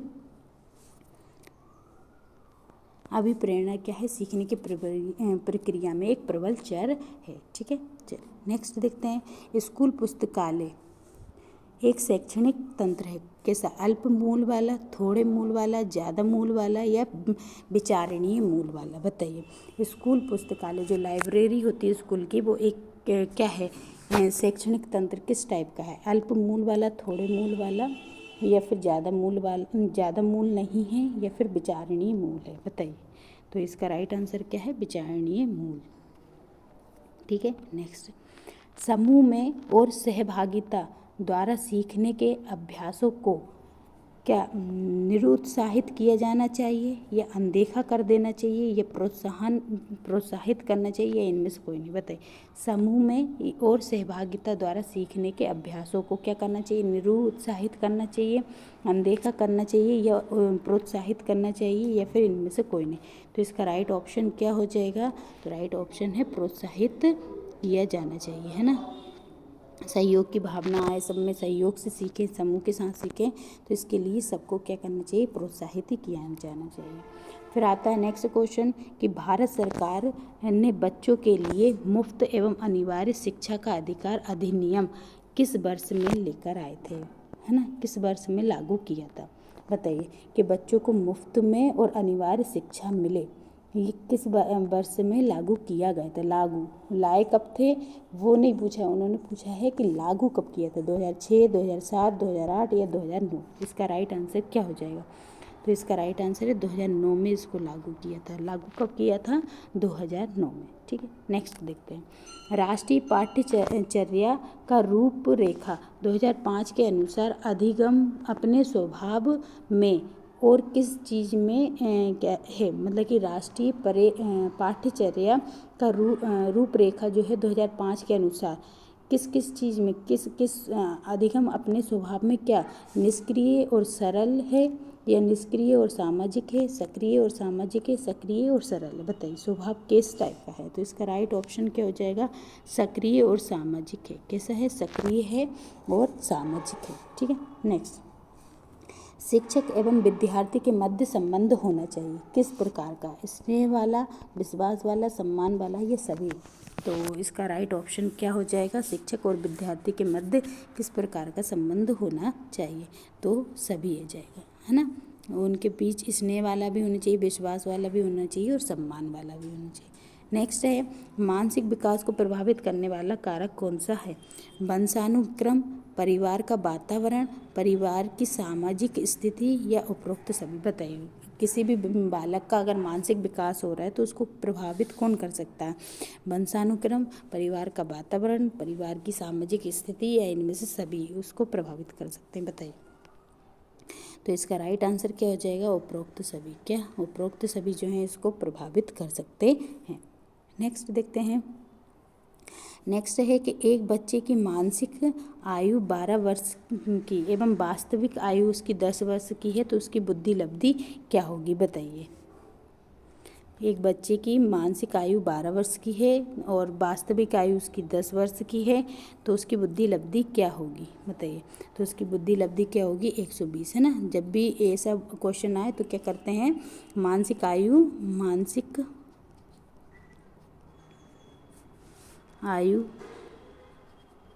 गुणा वास्तविक आयु, इन दोनों आयु को क्या कर देंगे? मल्टीप्लाई करेंगे तो 12 में 10 का मल्टीप्लाई करेंगे तो कितना जाएगा? 120 आंसर आ जाएगा। तो इसका राइट आंसर ये इसका फॉर्मूला होता है, आप इससे भी निकाल सकते हैं। नेक्स्ट है, परिपक्वता का संबंध किससे है? विकास से, बुद्धि से, सृजनात्मकता से या रुचि से? इनमें से किससे संबंधित है? परिपक्वता का। तो परिपक्वता का संबंध किससे है? तो विकास से संबंधित है। किससे संबंधित है? विकास से संबंधित है। नेक्स्ट देखते हैं, बाल्य अवस्था होती है 5 वर्ष तक की, 12 वर्ष तक की, 21 वर्ष तक की, कि इनमें से कोई नहीं? बताइए, इसका राइट आंसर क्या हो जाएगा? तो जो बाल्य अवस्था होती है वो 12 वर्ष तक की होती है। अभी थोड़ी देर पहले ही आया था ये क्वेश्चन। बताइए, प्राक संक्रियात्मक अवस्था क्या है? प्राक संक्रियात्मक अवस्था क्या है? जन्म से लेकर 24 वर्ष महीने तक, 2 से लेकर 7 वर्ष तक, 7 से लेकर 11 वर्ष तक, या 11 से लेकर आगे तक? बताइए, कौन सी अवस्था को प्राक संक्रियात्मक अवस्था कहा जाता है? बताइएगा। तो राइट आंसर क्या हो जाएगा इसका? तो इसका राइट आंसर है 2 से लेकर 7 वर्ष तक की आयु। 2 से लेकर 7 वर्ष तक की आयु को प्राक संक्रियात्मक अवस्था कहते हैं। हम आपको थोड़ी जल्दी स्पीड से ये क्वेश्चन करा रहे हैं ताकि आपका टाइम पे कंप्लीट हो जाए, हम कम समय में आपको ज़्यादा से ज़्यादा क्वेश्चन करवा सकें। तो आप भी थोड़ा स्पीड के से ही हमारे साथ ये क्वेश्चन लगाइए, और अगर फिर भी आपको ज़्यादा स्पीड लग रही है तो आप स्पीड कम कर सकते हैं। ठीक है, हम सोच रहे हैं आपका थोड़ा कम टाइम में ज़्यादा से ज़्यादा आपको क्वेश्चन करवा सकें। ठीक है, और क्लास को शेयर ज़रूर करते रहिए आप भी ईमानदारी के साथ। जितनी ईमानदारी के साथ हम आपको क्वेश्चन ला के आपको बिल्कुल टाइम पे, कम टाइम में ज़्यादा क्वेश्चन करवा रहे हैं, उतनी ईमानदारी से आप भी हमारी क्लास को ज़्यादा से ज़्यादा शेयर ज़रूर कीजिएगा। ठीक है, चलिए, तो 2 से लेकर 7 वर्ष तक की आयु जो रहती है वो क्या है? प्राक संक्रियात्मक अवस्था है। अब देखते हैं, किसे किशोर मनोवैज्ञानिक के पिता कहा जाता है? किशोर मनोवैज्ञानिक के पिता किसको कहा जाता है? IMP क्वेश्चन है ये, देखिए, है ना, कि किशोर मनोवैज्ञानिक के पिता या जनक किसको कहा जाता है? स्टैनली हॉल को, गैरिसन को, गैसेल को, या फिर थर्नडाइक को? बताइए, इसमें से राइट आंसर क्या है? तो इसका राइट आंसर क्या है? स्टैनली हॉल को, है ना। स्टैनली हॉल को क्या कहा जाता है? किशोर मनोवैज्ञानिक विज्ञान का पिता। और थर्नडाइक से कल एक क्वेश्चन मतलब कि जो है कल एक क्वेश्चन आया था, 10 तारीख को इसमें एक क्वेश्चन आया था, 10 नवंबर को फर्स्ट शिफ्ट में। तो उसी तरीके से हम भी अब फिर से आपके लिए ऐसे ही लेकर आ गए हैं कि कौन से वैज्ञानिक, कौन से मनोवैज्ञानिक ने क्या कहा है। तो हो सकता है नेक्स्ट क्वेश्चन यही बन जाए कि किशोर मनोवैज्ञानिक के जनक किसको कहा जाता है, पिता किसको? तो स्टैनली हॉल को कहा जाता है। ठीक है, नेक्स्ट, भाषा की सापेक्षता प्रकल्पना किसने प्रतिपादित की थी? बताइए, भाषा की सापेक्षता परिकल्पना किसने प्रतिपादित की थी? तो पियाजे ने, युंग ने, वाइगोट्स्की ने, या बेहार्फ ने? बताइए, भाषा की सापेक्षता प्रकल्पना किसने प्रतिपादित की थी? तो इसका राइट आंसर क्या हो जाएगा? बेहार्फ ने, है ना। बेहार्फ ने जो है भाषा की सापेक्षता परिकल्पना प्रतिपादित की थी। ठीक है, नेक्स्ट देखते हैं। नेक्स्ट क्वेश्चन है मूर्त संक्रियात्मकता अवस्था है। देखिए अभी हमने प्राक संक्रियात्मकता तो कर ली। प्राक संक्रियात्मकता कब से थी, तो 2 से लेके 7 तक की थी, है ना। अब इसमें पूछा है मूर्त संक्रियात्मक अवस्था कौन सी है। तो मूर्त संक्रियात्मक अवस्था बताइए कौन सी, किस वर्ष तक के को माना जाता है। जन्म से लेके 24 वर्ष तक, या फिर जन्म से 2 से लेके 7, 7 से लेके 11, या 11 वर्ष से अधिक। तो इसका राइट आंसर क्या हो जाएगा, 7 से लेके 11 वर्ष तक की आयु जो है। 2 से लेके 7 तक की कौन सी है, प्राक है। और 7 से लेके 11 तक की कौन सी है, मूर्त संक्रियात्मक अवस्था है। आप इसको थोड़ा सा याद रखिएगा। नेक्स्ट देखते हैं, किसने ये मत दिया था कि भाषा विचार की अंतः वस्तु का निर्धारण करती है। बताइए ये किसने बोला है कि भाषा जो है विचार की अंतः वस्तु का निर्धारण करती है। फ्रॉइड ने, वुंट ने, पियाजे ने, या बहार्फ ने। बताइए इसका राइट आंसर क्या हो जाएगा। किसने बोला था कि भाषा विचार की अंतः वस्तु का निर्धारण करती है। तो इसका राइट आंसर क्या हो जाएगा, तो राइट आंसर है बहार्फ ने। ठीक है, इसको भी आप याद रखें। बहार्फ ने बोला था कि भाषा विचार की अंतः वस्तु का निर्धारण करती है। नेक्स्ट देखते हैं, एक पूर्व विद्यालय बालक कहता है, जो पहले पढ़ चुका है विद्यालय में, वो कह रहा है कि सूरज आज उदास है। बालक निम्नलिखित में से किस संप्रत्यय की अभिव्यक्ति कर रहा है। सजीव चिंतन की, केंद्रीयता की, पारंपरिकता की, या फिर वस्तु स्थायित्व की। बताइए एक पूर्व विद्यालय बालक कहता है कि सूर्य आज उदास है, तो इससे बालक किस संप्रत्यय की अभिव्यक्ति कर रहा है। सजीव चिंतन की, केंद्रीयता की, पारंपरिकता की, या फिर वस्तु स्थायित्व की। बताइए इसमें से राइट आंसर क्या हो जाएगा। तो इसका राइट आंसर क्या है, तो राइट आंसर है सजीव चिंतन की। किसकी, सजीव चिंतन की जो है चिंतन करके बता रहा है कि सूरज आज उदास है। ठीक है। नेक्स्ट, निम्नलिखित में से किसका संबंध मूल दुश्चिंता से एवं मूल शत्रुता के संप्रत्यों से है। बताइए इसमें से किसका संबंध है ना, किसने मतलब कौन से मनोवैज्ञानिक हैं जिन्होंने मूल दुश्चिंता और मूल शत्रुता के बारे में बताया है। तो कॉनरेड लॉरेंस, या क्लार्क हॉल, कैरन हार्नी, या C.G. यूंग, इनमें से कौन इससे संबंधित हैं। बताइएगा। तो इसका राइट आंसर क्या हो जाएगा, कॉलिन हार्नी। कौन है, कैरन हार्नी इससे संबंधित हैं। नेक्स्ट देखते हैं, बच्चे का किस प्रकार का विकास विद्यालय और शिक्षक द्वारा प्रभावित होता है। बताइए विद्यालय में और शिक्षक द्वारा बच्चे का किस प्रकार का विकास होता है। मानसिक, सामाजिक, संवेगात्मक, या सभी। इनमें से राइट आंसर क्या हो जाएगा, बताइएगा।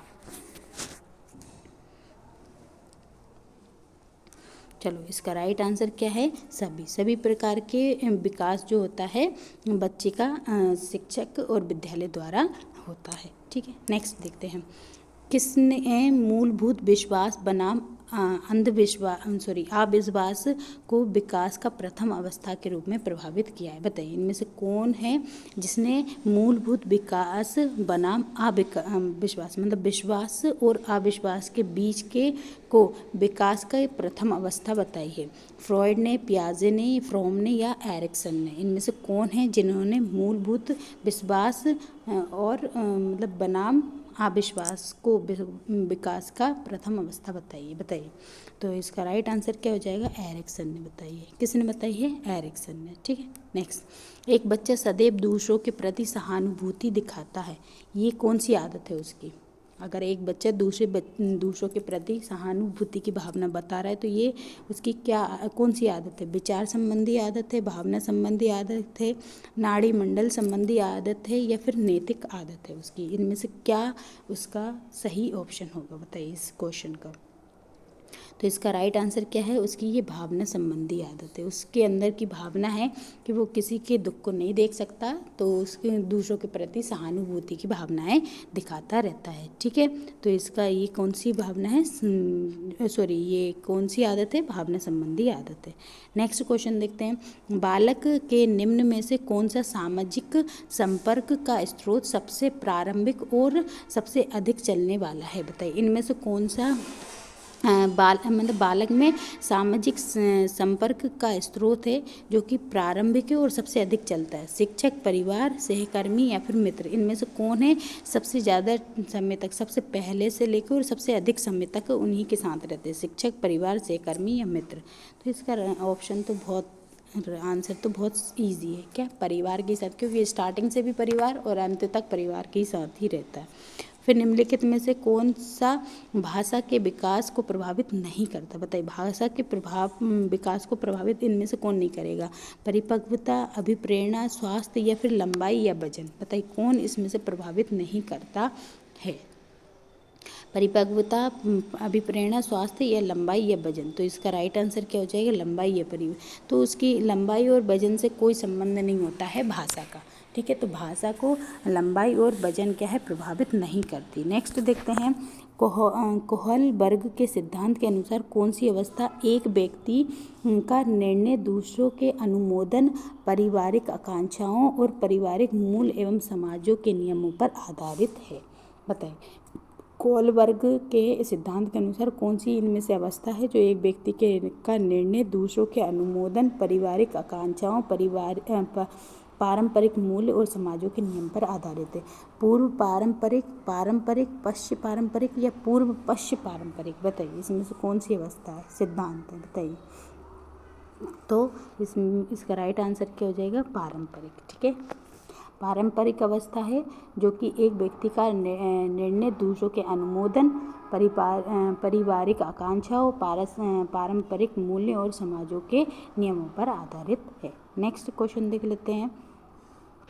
नेक्स्ट क्वेश्चन है, बालक के भाषा विकास में मूल योगदान देने वाली संस्था कौन सी है? बताइए, अगर किसी बालक की भाषा में विकास हो रहा है तो इनमें से कौन सी संस्थान है जो उसका मतलब उसमें सबसे ज़्यादा योगदान देती है? परिवार, विद्यालय, जनसंचार माध्यम या पत्र पत्रिकाएं? इनमें से राइट आंसर क्या हो सकता है, बताइएगा।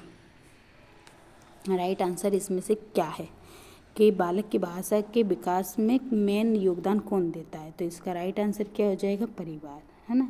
कौन? परिवार, ठीक है। नेक्स्ट देखते हैं, निम्नलिखित में से कौन सी संज्ञानात्मक प्रक्रिया है? खेलना, प्रतिवृत्ति क्रियाएं, चिंतन करना या दौड़ना? इनमें से कौन सी संज्ञानात्मक प्रक्रिया है? बताइए, राइट आंसर इसका क्या हो जाएगा? तो इसका राइट आंसर क्या है? राइट आंसर है चिंतन करना। चिंतन करना क्या है, किसके अंतर, कौन सी प्रक्रिया के अंतर्गत आता है? संज्ञानात्मक अभिक्रिया के अंतर्गत आता है, ठीक है। नेक्स्ट, कौन से आयु समूह के लिए एरिक्सन ने विकास की 8 अवस्थाएं प्रस्तावित की हैं? बताइए, कौन सी आयु समूह के लिए एरिक्सन किसने ये देख लीजिए, एरिक्सन ने की है। और एरिक्सन ने विकास की 8 अवस्थाएं प्रस्तावित की हैं, जन्म से लेकर मृत्यु तक वाली, या फिर जन्म से बाल्यावस्था तक, जन्म से लेकर किशोर अवस्था तक, या जन्म से लेकर युवा अवस्था तक। तो कहाँ से कहाँ तक एरिक्सन ने 8 अवस्थाएं बताई? तो राइट आंसर क्या होगा? जन्म से लेकर मृत्यु तक को उन्होंने एरिक्सन ने कितनी 8 अवस्थाओं में बांटा है, ठीक है। नेक्स्ट देखते हैं, निम्नलिखित में से शेषावस्था की विशेषता नहीं है? बताइए, इनमें से कौन सी अवस्था जो है वो शेषावस्था की विशेषता नहीं होगी? शारीरिक विकास में तीव्रता, या फिर मानसिक क्रियाओं की तीव्रता, या फिर दूसरों पर निर्भरता या नैतिकता? बताइए, इनमें से कौन सा अवस्था जो है वो शेषावस्था की विशेषता नहीं है? तो इसका राइट आंसर क्या हो जाएगा? इसका राइट आंसर है नैतिकता का होना, है ना। शेषावस्था में नैतिक होना कोई विशेषता नहीं होती, क्योंकि शेषावस्था होती 0 से लेकर 6 वर्ष तक की, तो उसमें नैतिक क्या अच्छा है क्या बुरा है कोई नहीं जानता। चलो, संवेदना ज्ञान की पहली पीढ़ी है। संवेदना ज्ञान की पहली पीढ़ी ये क्या है? मानसिक विकास है, शारीरिक विकास है, ध्यान विकास है या भाषा विकास है? संवेदना ज्ञान की पहली पीढ़ी है और ये किस टाइप का विकास है? मानसिक, शारीरिक, ध्यान या फिर भाषा का विकास? कौन सा विकास है ये? तो इसका राइट आंसर क्या हो जाएगा? ये मानसिक विकास है। किस प्रकार का विकास है ये? मानसिक विकास है, ठीक है। संवेदना ज्ञान की पहली पीढ़ी ये क्या है? एक मानसिक विकास है, ठीक है। नेक्स्ट क्वेश्चन देखते हैं। नेक्स्ट क्वेश्चन हमारा है, किसको प्रशिक्षण द्वारा व्यवहार, किसको, प्रशिक्षण द्वारा व्यवहार में संशोधन की प्रक्रिया माना गया है। बताइए इनमें से किसको प्रशिक्षण द्वारा व्यवहार में संशोधन की प्रक्रिया माना गया है? शिक्षण को, अधिगम को, अभिप्रेरणा को या निर्देश को? इनमें से किसको जो है प्रशिक्षण द्वारा व्यवहार में संशोधन की प्रक्रिया माना गया है? बताइए राइट आंसर क्या होगा? तो इसका राइट आंसर हो जाएगा अधिगम को। किसको? अधिगम को जो है प्रशिक्षण द्वारा व्यवहार में संशोधन की प्रक्रिया माना जाता है। ठीक है, नेक्स्ट देखते हैं। किशोरों को नहीं दिया जाना चाहिए, क्या नहीं दिया जाना चाहिए? अभिप्रेरणा, सहानुभूति, लालच, यह जिम्मेदारियां उठाने के अवसर। बताइए इनमें से क्या नहीं दिया जाना चाहिए? किशोरों को क्या नहीं दिया जाना चाहिए इनमें से? अभिप्रेरणा, सहानुभूति, लालच या फिर जिम्मेदारियां, इनमें से क्या नहीं देना चाहिए? बताइए राइट आंसर क्या होगा? तो इसका राइट आंसर क्या है? लालच। क्या है इसका? किशोरों को लालच नहीं देना चाहिए। ठीक है, नेक्स्ट। एक शिक्षक शिक्षार्थियों के मानसिक विकास का ज्ञान प्राप्त करके जिसकी योजना नहीं बन सकता है वह क्या है? मतलब एक शिक्षक शिक्षार्थी के मानसिक विकास का ज्ञान प्राप्त करके जिसकी योजना नहीं बन सकता वो क्या है? पाठ्यक्रम, शिक्षण विधि या विषय वस्तु चयन या फिर शारीरिक विकास। बताइए इसमें से राइट आंसर क्या हो जाएगा? तो इसका राइट आंसर है शारीरिक विकास। ठीक है, आप किसी भी शिक्षक के शिक्षार्थी की मानसिक विकास का ज्ञान प्राप्त करके आपका शरीर का विकास नहीं कर सकते। ठीक है, नेक्स्ट। किशोरों की जटिल अवस्था के कारण किशोरों के अध्ययन का विषय होना चाहिए। बताइए किशोरों की जटिल अवस्था के कारण किशोरों के अध्ययन का विषय क्या होना चाहिए? शारीरिक, मानसिक, बौद्धिक या शरीर एवं मन से संबंधी। इसमें से राइट आंसर क्या हो जाएगा? बताइएगा राइट आंसर इसका क्या है? बताइए कि किशोरों की जटिल अवस्था के कारण किशोरों के अध्ययन का विषय होना चाहिए शारीरिक, मानसिक, बौद्धिक या शरीर एवं मन। तो इसका राइट आंसर क्या हो जाएगा? शरीर एवं मन संबंधी विषय होना चाहिए। नेक्स्ट देखते हैं। जिस प्रक्रिया से व्यक्ति मानव के लिए परस्पर निर्भर होकर व्यवहार करना सीखता है वह प्रक्रिया है। बताइए जिस प्रक्रिया से व्यक्ति मानव के लिए परस्पर निर्भर होना व्यवहार करना सीखता है वह प्रक्रिया क्या है? सामाजिकरण, भाषा विकास या फिर व्यक्ति मूल या फिर सामाजिक परिपक्वता। तो इसमें से राइट आंसर क्या हो जाएगा? तो इसका राइट आंसर क्या है? तो इसका राइट आंसर है सामाजिकरण। सामाजिकरण के द्वारा क्या करते हैं? सामाजिकरण की प्रक्रिया के द्वारा एक व्यक्ति मानव के लिए परस्पर निर्भर होकर व्यवहार करना सीखता है। ठीक है, नेक्स्ट। किशोर अवस्था की मुख्य विशेषता होती है। बताइए किशोर अवस्था की मुख्य विशेषता क्या है? आत्मगौरव, रचनात्मक या सामाजिक प्रवृत्ति या फिर आत्मचेतना। बताइए इसमें से राइट आंसर क्या होगा कि किशोर अवस्था की मुख्य विशेषता क्या है? आत्मगौरव, रचनात्मक, सामाजिक प्रवृत्ति या आत्मचेतना। बताइए इसका राइट आंसर क्या है? तो क्या है? आत्मगौरव। क्या है? आत्मगौरव जो है किशोर अवस्था की मुख्य विशेषता हो सकती है। ठीक है, नेक्स्ट। किशोरों का संवेग में नियंत्रण का सबसे अच्छा उपाय निम्नलिखित में से कौन सा है? किशोरों का संवेग में नियंत्रण करने का सबसे अच्छा उपाय कौन सा है? युक्तिकरण, प्रक्षेपण, शोधन या फिर उसका दमन करना। बताइए इसमें से राइट आंसर क्या हो सकता है? बताइए आपके 100 क्वेश्चन जो है वो कंप्लीट होने वाले हैं। ठीक है, तो जल्दी बताइएगा।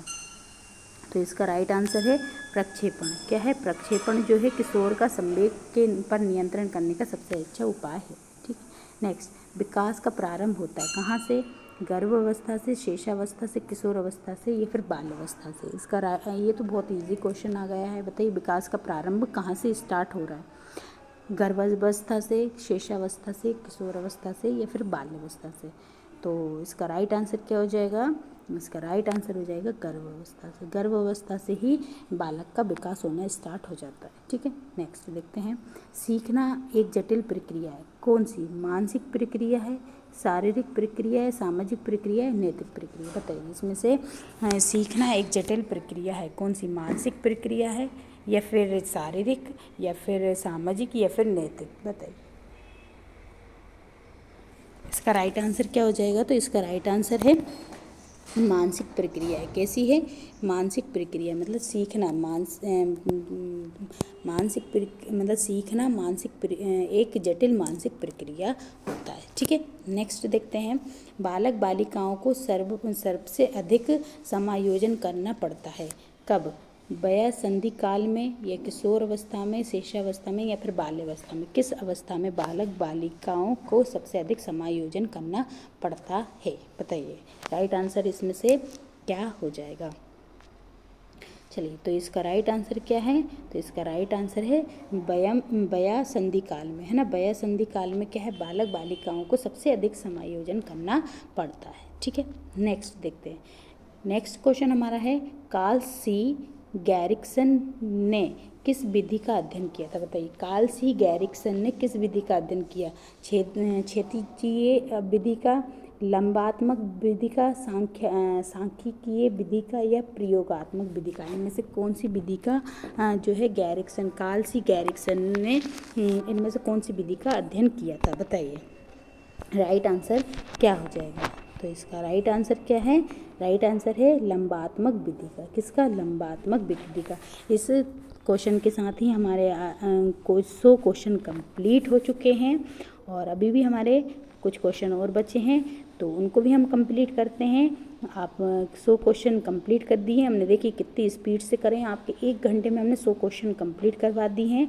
तो इसी बात पे आप क्लास को अभी तक आपने अगर लाइक नहीं किया तो लाइक भी करें, शेयर नहीं किया है तो ये गलत बात है। आप शेयर ज़रूर करें क्लास को ज़्यादा से ज़्यादा। और कोई अगर मैम सर हमसे न्यू जुड़े हैं और अभी तक उन्होंने हमारे चैनल को सब्सक्राइब नहीं कर रखा है तो चैनल को सब्सक्राइब भी कर लें। इस तरीके से आपके आज के 100 क्वेश्चन तो कंप्लीट हमने कराई दिए। चलिए, अब इसी स्पीड के साथ हम अगले क्वेश्चन भी हमारे कंप्लीट कर लेते हैं। चलिए, नेक्स्ट क्वेश्चन देखते हैं। मिथ्या परिपक्वता का काल कहा जाता है। बताइए, इनमें से किसको मिथ्या परिपक्वता का काल कहा जाता है? शेषावस्था को, बाल्यावस्था को, किशोर अवस्था को, प्रौढ़ अवस्था को? बताइए, कौन सी अवस्था कौन है इनमें से जो कि मिथ्या परिपक्वता की अवस्था कहलाती है? तो राइट आंसर क्या हो जाता है? बाल अवस्था। बाल अवस्था जो है मिथ्या परिपक्वता की अवस्था कहलाती है। ठीक है, नेक्स्ट है, एक बालक पड़ोसी के घर में अपनी माँ की गोद में खेलता हुआ सो गया। उसकी माँ के द्वारा उसके पड़ोसी के यहाँ बिस्तर पर सुलाते ही वह रोना प्रारंभ कर देता है। तो आपके अनुसार बालक की आयु क्या होगी? 24 माह, 12 माह, या फिर 10 महीना, या 18 महीना? तो इसमें राइट आंसर क्या हो जाएगा? तो ये तो एक बुद्धिमत्ता वाला है, तर्क संबंधी क्वेश्चन। बताइए, तो राइट आंसर क्या हो जाएगा? 10 महीने, है ना। चलिए, नेक्स्ट है, सीखने का आदर्श काल कौन सा है? सबसे अच्छा काल कौन सा है जिसमें आप एक बालक बहुत अच्छे से सीख सकता है? शेषावस्था, बाल्यावस्था, किशोर अवस्था, या प्रौढ़ अवस्था? इनमें से कौन सी अवस्था है जिसमें बालक एक बहुत अच्छे से सीख सकता है? तो इसका राइट आंसर क्या है? शेषावस्था। शेषावस्था में बालक बहुत अच्छे से क्या करता है? सीखना स्टार्ट कर देता है। नेक्स्ट देखते हैं, बालक जमीन पर से अपने पसंद की वस्तु उठा लेता है, और आपके अनुसार उस बालक की आयु क्या होगी? जब जिस वर्ष में बालक अपने आप से ही ज़मीन पे पड़ी वस्तु को उठा ले तो वो किस आयु तक का हो सकता है? 12 से लेकर 13 महीने, 5 से लेकर 6 महीने, या फिर 3 से लेकर 4 महीने, या 8 से लेकर 9 महीने? कितनी उम्र का बच्चा हो सकता है ये? तो इसका राइट आंसर क्या है? 8 से लेकर 9 महीने तक का बच्चा जो रहता है वो ज़मीन पे पड़ी वस्तुओं को उठाना स्टार्ट कर देता है। ठीक है, नेक्स्ट है, बीजावस्था कहा जाता है किसको?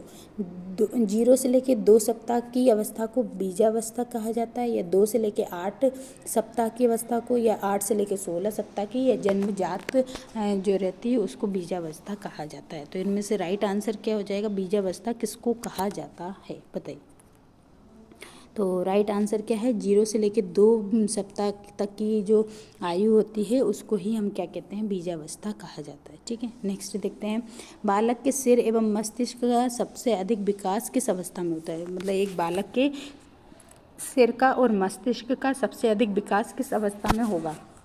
प्रौढ़ अवस्था में, शेषावस्था में, किशोर अवस्था में, या फिर बाल अवस्था में? बताइए, इसका राइट आंसर क्या होगा? तो इसका राइट आंसर क्या है?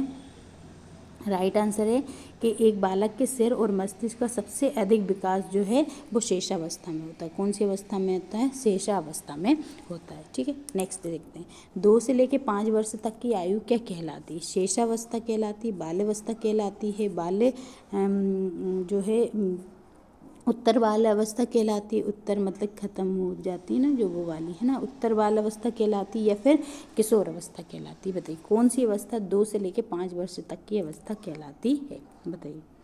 तो इसका राइट आंसर क्या हो जाएगा? शेष अवस्था जो है वो कौन सी अवस्था कहलाती है? 2 से लेकर 5 वर्ष तक की, जबकि 0 से लेकर 6 वर्ष तक की आयु जो है शेषवा अवस्था कहलाती है।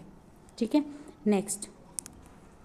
गर्भ में संतान सबसे अधिक प्रभावित होता है किससे? गर्भ में संतान सबसे अधिक प्रभावित किससे होता है? माँ के पोषण से, माँ के टीवी देखने से, आसपास पड़ोस से, या फिर पूर्वजों से? बताइए। तो माँ के गर्भ में संतान सबसे अधिक प्रभावित किससे होता है?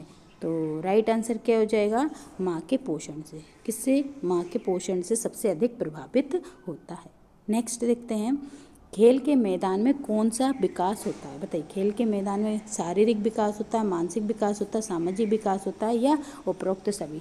तो इनमें से कौन सा विकास जो है खेल के मैदान में सबसे अधिक होता है? बताइएगा। तो इसका राइट आंसर क्या हो जाएगा? इसका राइट आंसर है उपरोक्त सभी चीज़ों का विकास होता है ना। शारीरिक विकास भी होता है, मानसिक विकास, सामाजिक विकास, सारे विकास होते हैं एक खेल के मैदान में। ठीक है, नेक्स्ट देखते हैं। बालक में संस्कारों का आरंभ कहाँ से प्रारंभ हो जाता है? विद्यालय से, परिवार से, सिनेमा घर से, या खेल के मैदान से? एक बालक है, उसमें संस्कारों का प्रारंभ कहाँ से हो जाता है? विद्यालय से, परिवार से, सिनेमा घर से, या खेल के मैदान से? तो ये तो बहुत ईजी क्वेश्चन है, तो इसका राइट आंसर क्या हो जाएगा? परिवार से। ठीक है, नेक्स्ट देखते हैं। निम्न में से विकास की अवस्था है कौन सी? गुणात्मक, संख्यात्मक, या निश्चित आयु तक चलने वाली प्रक्रिया, शारीरिक अंगों में परिवर्तन का सूचक? बताइए इनमें से विकास की अवस्था कौन सी कहलाती है? तो इसका राइट आंसर क्या हो जाएगा? गुणात्मक अवस्था कहलाती। कौन सी? गुणात्मक अवस्था कहलाती। नेक्स्ट देखते हैं। नवजात शिशु का भार कितना होता है? बताइए। एक छोटे से बच्चे का, जो अभी जन्म हुआ है जिस बच्चे का, उसका शरीर का भार कितना होगा? वजन कितना होगा? तो उसके शरीर का वजन कितना होगा? 7 पाउंड। कितना होगा? 7। 5 से लेकर 7 पाउंड तक होता है, 5 से 7 तक होता है, तो इसमें ऑप्शन है 7 पाउंड। ठीक है, नेक्स्ट देखते हैं। जड़ बुद्धि वाले बालक जो होते हैं उनकी बुद्धि लब्धि कितनी होती है? जो जड़ बुद्धि मतलब बिल्कुल कुछ ही नहीं समझते ना, उस प्रकार के जो बच्चे होते हैं उनकी बुद्धि लब्धि कितनी होती है? 11 से 120, या फिर 81 से 110, 71 से 80, या 71 से कम? तो ऐसे बच्चे कितनी बुद्धि लब्धि के होते हैं? तो 71 से कम होते हैं, है ना। ये 71 से कम बुद्धि वाले जो बच्चे होते हैं, बुद्धि लब्धि वाले बच्चे होते हैं, उनको जड़ बुद्धि भी बोल सकते हैं। ठीक है, नेक्स्ट। शिक्षा मनोविज्ञान की उत्पत्ति का वर्ष कौन सा माना गया है? मतलब किस वर्ष में शिक्षा मनोविज्ञान आया था? बताइए। मनोविज्ञान शिक्षा आई थी, बताइए किस वर्ष में? 1947, 1920, 1940, या 1900? तो इसका आंसर क्या हो जाएगा? तो इसका आंसर है 1900, है ना। 1900 में शिक्षा मनोविज्ञान की उत्पत्ति हुई थी। किसकी? शिक्षा मनोविज्ञान की उत्पत्ति कब हुई थी? 1920 में, 1900 में। नेक्स्ट है। बुद्धि लब्धि का मापन के जन्मदाता क्या है? बुद्धि लब्धि को मापने का जो एक तरीका है वो सबसे पहले किसने दिया था? तो इसलिए उनको बुद्धि लब्धि मापन के जन्मदाता भी कहा गया है। किसको? स्टर्न को, बिर्ने को, या टर्मेन को, या फिर इनमें से कोई नहीं? बताइए राइट आंसर क्या हो जाएगा इसका? तो इसका राइट आंसर है टर्मेन को। किसको माना जाता है? टर्मेन को बुद्धि लब्धि मापन के जन्मदाता कहा जाता है। नेक्स्ट देखते हैं। आधुनिक मनोविज्ञान का अर्थ क्या है? आधुनिक मनोविज्ञान का अर्थ क्या है? मन का अध्ययन करना, आत्मा का अध्ययन करना, शरीर का अध्ययन करना, या व्यवहार का अध्ययन करना? इनमें से किस चीज़ का अध्ययन करना आधुनिक मनोविज्ञान कहलाता है? तो बताइए आधुनिक मनोविज्ञान क्या है? मन का अध्ययन, आत्मा का अध्ययन, शरीर का अध्ययन, या व्यवहार का अध्ययन? तो राइट आंसर क्या हो जाएगा इसका? व्यवहार का अध्ययन करना ही क्या कहलाता है? आधुनिक मनोविज्ञान कहलाता है। ठीक है, नेक्स्ट देखते हैं। विद्यालय क्षेत्र में संरचनात्मक निर्धारकों को जानने के लिए इनमें से कौन सा उपागम नहीं है? बताइए। विद्यालय क्षेत्र में रचनात्मक निर्धारकों को जानने के लिए इनमें से कौन सा उपागम नहीं है, पूछा है। वार्तालाप कौशल, बहुविकल्पी प्रश्न, या फिर परियोजना कार्य, या फिर मौखिक प्रश्न। बताइए इनमें से कौन सा है जो कि रचनात्मक निर्धारकों को जानने का उपाय नहीं होगा। तो इसका राइट आंसर क्या हो जाएगा, बहुविकल्पीय प्रश्न। ठीक है, बहुविकल्पी प्रश्न जो है एक विद्यालय में रचनात्मक निर्धारकों को जानने का उपाय नहीं है। ठीक है, नेक्स्ट देखते हैं। और नेक्स्ट और आज का आखिरी क्वेश्चन, संयोगात्मक राजनीति की किस श्रेणी में महिलाएं निम्न से संबंधित नहीं हैं। बता, संयोगात्मक राजनीति की किस श्रेणी में महिलाएं निम्न में से संबंधित नहीं है। स्वीकार्यता में, प्रतिरोध में, क्रांति में, या अनुकूलन में। बताइए, तो इसका राइट आंसर क्या हो जाएगा, प्रतिरोध में। तो आज के हमारे हमने 150 प्लस जो भी क्वेश्चन है हमने कंप्लीट करा दिए हैं आपको।